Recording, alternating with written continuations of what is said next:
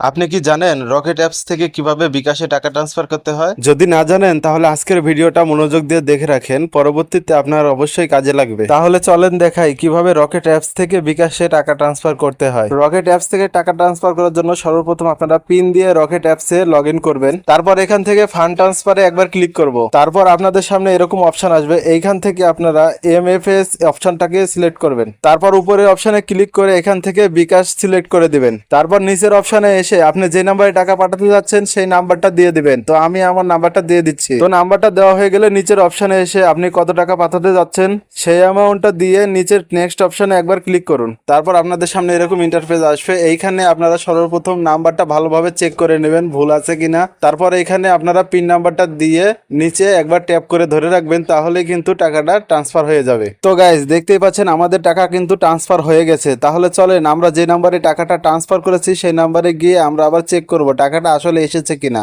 তো guys, check করার জন্য সর্বপ্রথম আমরা বিকাশ অ্যাপটাকে ওপেন করছি এবং পিন দিয়ে লগ ইন করছি। তো লগ ইন করা হয়ে গেলে আমরা ব্যালেন্সটা চেক করব, এই জন্য ডান দিকের ইনবক্সে একবার ক্লিক করব।